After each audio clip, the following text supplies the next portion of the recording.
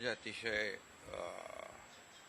मनाला वेदना देणारी आणि मनाला चटका लावून जाणारी ही अतिशय दुर्दैवी घटना आज महाराष्ट्रात घडली आहे. खरं म्हणजे असं कुणाच्या स्वप्नातही वाटलं नसेल की अजितदादा एवढ्या लवकर आपल्यातून जातील.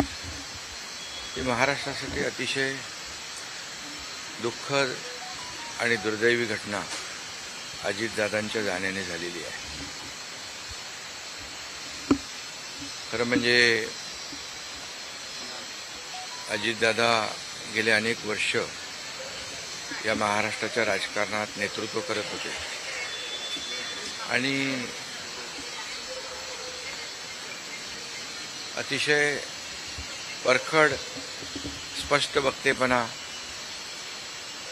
आणि प्रशासनावर असलेली त्यांची पकड आपण पाहिलेली आहे.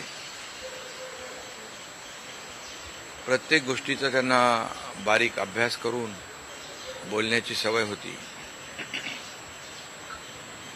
आणि परखड स्पष्ट वक्तेपणा, निर्भीड, रोखठोक बोलणारे असले तरी सुद्धा त्याला चूक म्हणणारे असले तरी सुद्धा अतिशय मनाने ते निर्मळ होते. याचा अनुभव मी स्वतः घेतलेला आहे. त्यांच्यासोबत मी मंत्रिमंडळात देखील काम केलं. मी मुख्यमंत्री असताना त्यांनी उपमुख्यमंत्री म्हणून देखील काम केलं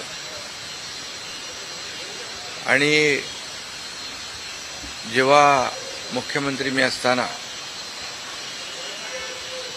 मुख्यमंत्री माझी लाडकी बहीण योजना किंबहुना इतरही योजना जेव्हा आम्ही सुरू केल्या तेव्हा आर्थिक जे काही घडी आहे किंवा आर्थिक तरतूद जी आहे ती अतिशय उत्तमपणे त्यांनी त्यावेळेस केली.